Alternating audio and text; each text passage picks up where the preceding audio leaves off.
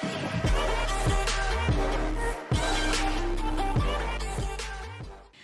semua, Kembali lagi dalam Celoteh Show. celoteh lagi. Hai, saya Kikil. Hai, saya Ganta.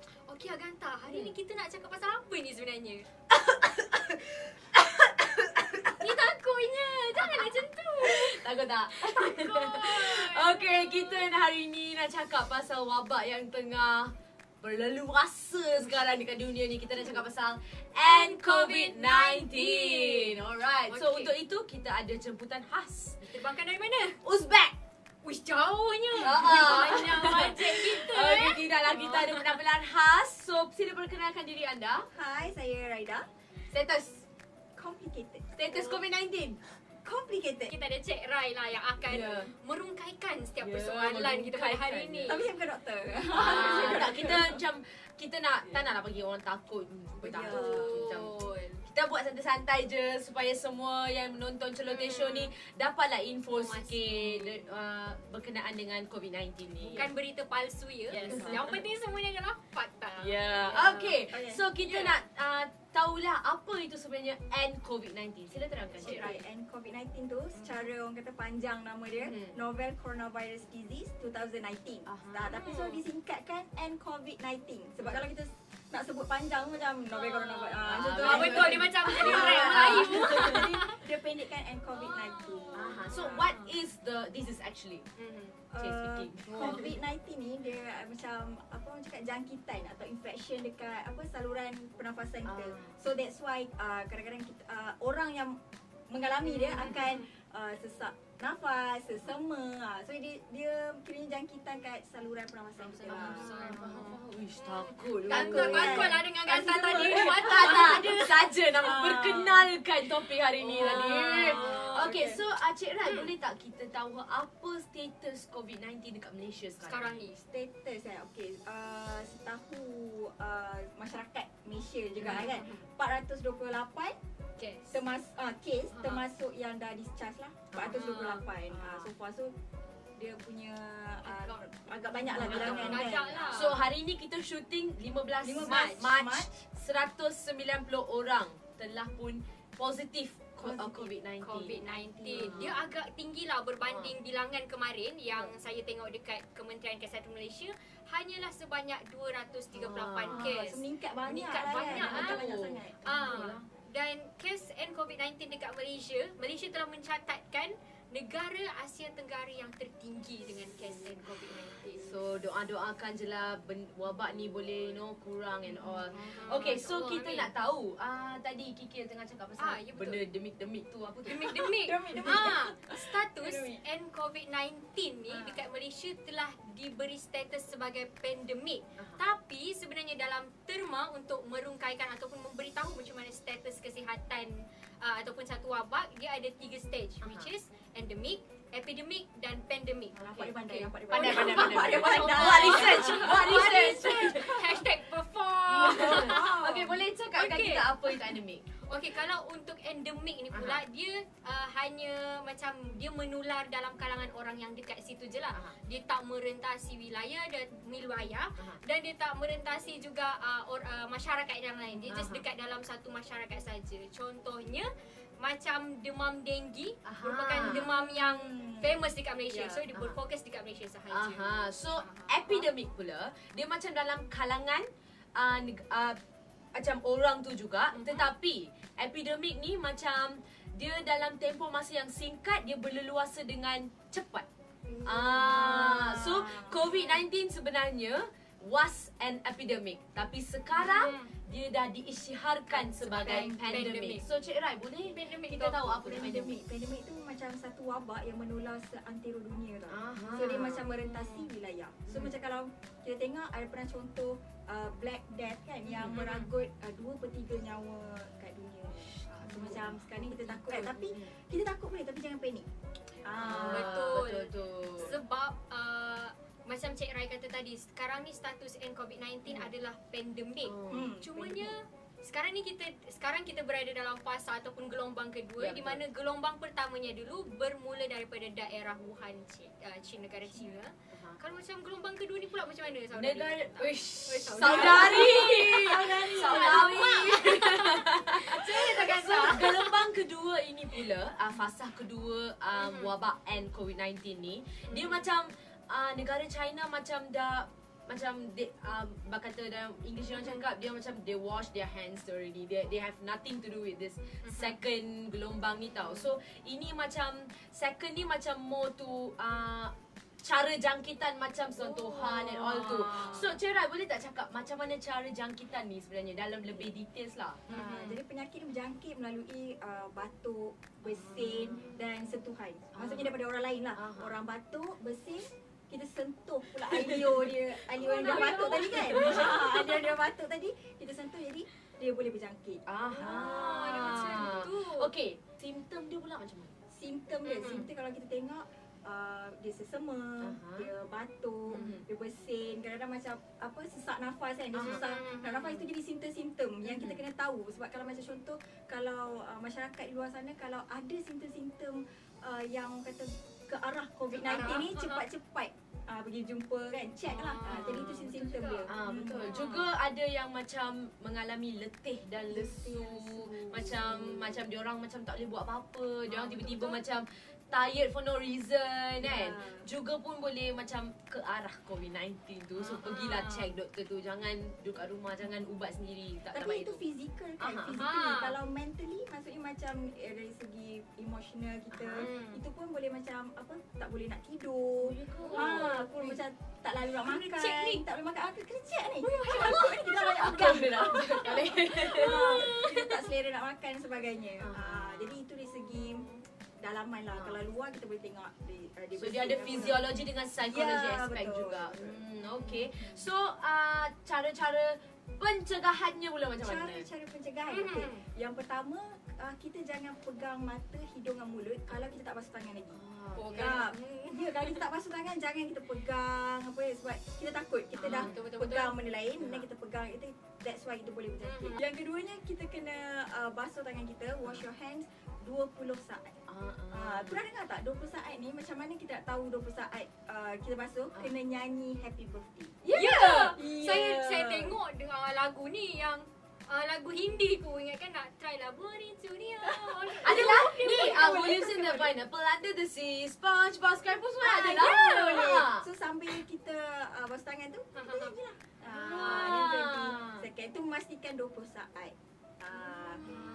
Dan ketiga, kita jangan kita boleh orang kata janganlah gunakan jangan mendekati, tapi kita kena ada jarak dengan orang yang takut kan. Jadi kita berkomunikasi, berinteraksi dengan orang kena jarak 1 cm. Sebab kadang-kadang kita 1 meter. 1 cm ni macam ni lah. 1 meter jarak. Halal gap. Yelah, iaitu dia panggil, kita panggil as jarak sosial. Betul. Janganlah kita dekat-dekat sangat kan. Sebab kita tak tahu dia ada simptom ke, dia dijangkiti ke tak, kita tak tahu. Betul. Okey, lepas tu kita pakai mask juga. Betul. Kalau bersin, kalau kita batuk, janganlah kita batuk sekali kat kawan-kawan kan. Macam tu kan. Betul. Macam tadi tu. Okey, tapi sebenarnya kita ada cara batuk juga ya kawan-kawan. Ya, cara batuk dia. Meg akan Kita tunjukkan. bukan macam macam kita. Bukan macam tu. Kita batuk macam dia macam dia. dia. Macam tu. Fakta ke? Ya betul. Sebab kalau kawan-kawan dah tahu dekat luar sana, sebab kita ni tangan ni, sebab tu tadi macam Cik Rai cakap, kita boleh pegang muka kita. Sebab our hands ada macam macam organ yang paling dirty tau dalam badan betul, kita. betul. Sebab kita pegang benda banyak-banyak kan. So bila kita dah batuk kat sini, lepas tu kita pegang pula benda. Pegang lagi muka. Pegang lagi muka. Lepas tu benda tu pun bervirus tau. Nanti orang pegang benda tu, orang pun akan berjangkit. So Betul. kita kena batuk macam ni. Tapi Kikil, kita juga ada cara salam baru ya. Betul. Yang macam ni. Bukan. Bukan. Cara Okey, Okey, kita jadi cara salam ya, yang kita macam satu. ni. Gini je lah. Tapi dengan member boleh macam ni. Memang macam ni. Makan dah. Salam makan dah. Kita bring back salam makan dah. Okey. Jadi macam situasi sekarang ni, elakkanlah bersalam kan. Betul. Sebab kita tak tahu tangan kita kan. Betul. Sebab ni kita macam orang Malaysia kan kita suka bersalam. Kita macam betul, lebih, dia macam tradisi kita lah. Okay, Ganta juga nak tanya. Gara-gara COVID-19 ni, ada juga benda-benda yang berlaku di dalam dunia ni. Macam hari tu Ganta dengar kan, ada banyak program ditangguhkan. Sedih tak betul. macam tu? Sedih. Tapi kita sebabkan kita nak cakap mencegah daripada berjangkit dengan ramai orang. Sebab dari segi kalau contoh dalam 10 orang tu mungkin ada satu. Jadi kita tak nak lah. Jadi program-program macam sukan, program-program ceramah ke ataupun berkumpul lah. Berkumpul kita kenalah tangguhkan atau cancelkan lah terus. Betul, ada juga kan. Tapi kan satu benda yang Ganta rasa macam positif lah. And COVID-19 ni, orang yang tak beribadah pun mula beribadah. Itu deep guys. Menurut sunnah. Keluar sunnah.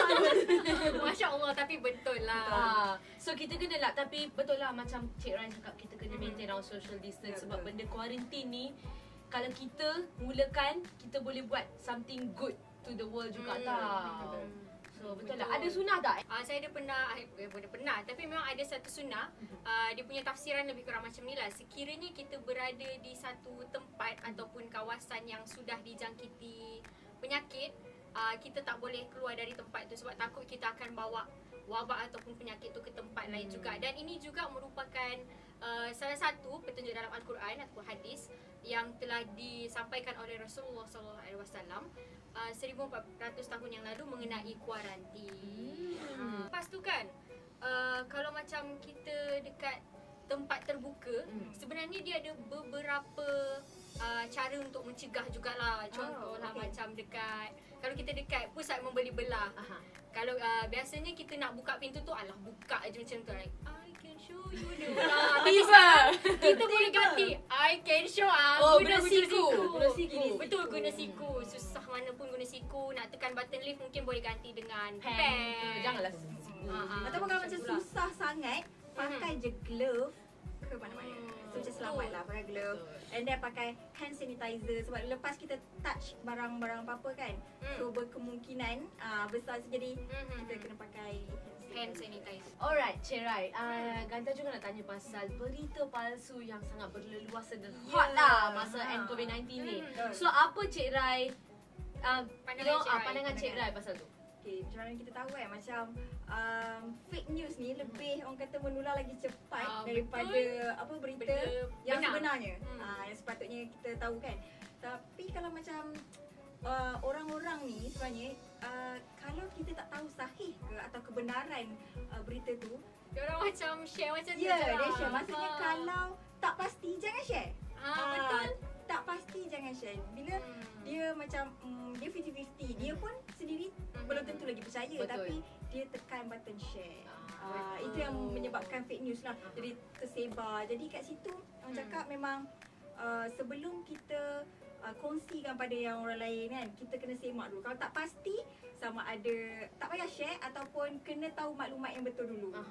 Macam contoh kan pasal COVID-19 ni, pergi dulu ke page Kementerian Kesihatan kan, tengok betul ke tak. Kalau betul kita boleh share, kalau tak betul janganlah pula kita kongsikan. Betul, sebab kalau macam kita share berita yang tak benar, macam kita akan jadi lagi gelabah tau. Betul. Dia macam teruknya aku kena ni, kena tu, kena ni. Sebenarnya dia punya pencegahan tu kita boleh buat juga sebenarnya, tapi disebabkan oleh berita palsu yang orang share, dia buat satu dunia gelabah. Betul. Dia jadi panik. Orang akan jadi panik. Yang sedihnya influencer pun buat benda yang sama. So macam tak boleh lah kita ni bukan kita. Yang influencer kat luar tu. Kita belum lagi. Lambat lagi influencer. So macam influencer kat luar tu, bila korang nak share tu, pastikan benda tu sahih. Semak sebelum sebar. Betul. Kepada mahasiswa ataupun mahasiswi UPSI, untuk berita-berita yang sahih, korang boleh pergi lawat webpage ataupun mana-mana akaun sosial JHEPA, MPP dan juga UPSI Malaysia sendiri. So jangan percaya. Dan untuk penonton-penonton yang bukan mahasiswa UPSI, boleh pergi ke webpage Kementerian Kesihatan Malaysia ataupun boleh pergi ke World Health Organisation. Korang bolehlah dapatkan maklumat-maklumat yang sah tentang COVID-19 ni. Ya, betul. Alright, so itu saja episod kita pada kali ini. Terima kasih Cik Cik Raida Raida. sudah datang. Ya, anda ada apa-apa? Kata-kata terakhir. Kata-kata terakhir. Semak sebelum sebab. Okey, betul. Apa-apa pun kepada semua penonton Celoteh Show, jangan lupa like, komen, subscribe dan share ke rakan-rakan kalian mengenai end COVID-19. Jangan lupa juga untuk follow email kita orang. Mungkin korang nak share pasal end COVID-19 ni dekat Sonic Studio 2019. @gmail.com. Anda juga boleh follow kami di IG dan Facebook Celoteh Show. So korang bolehlah dapatkan update-update terkini tentang kita punya video juga. Jangan lupa tekan bell icon di bawah tu. Supaya dapat notifikasi bila kita upload video baru gitu. So itu saja Celoteh Show. Celoteh lagi.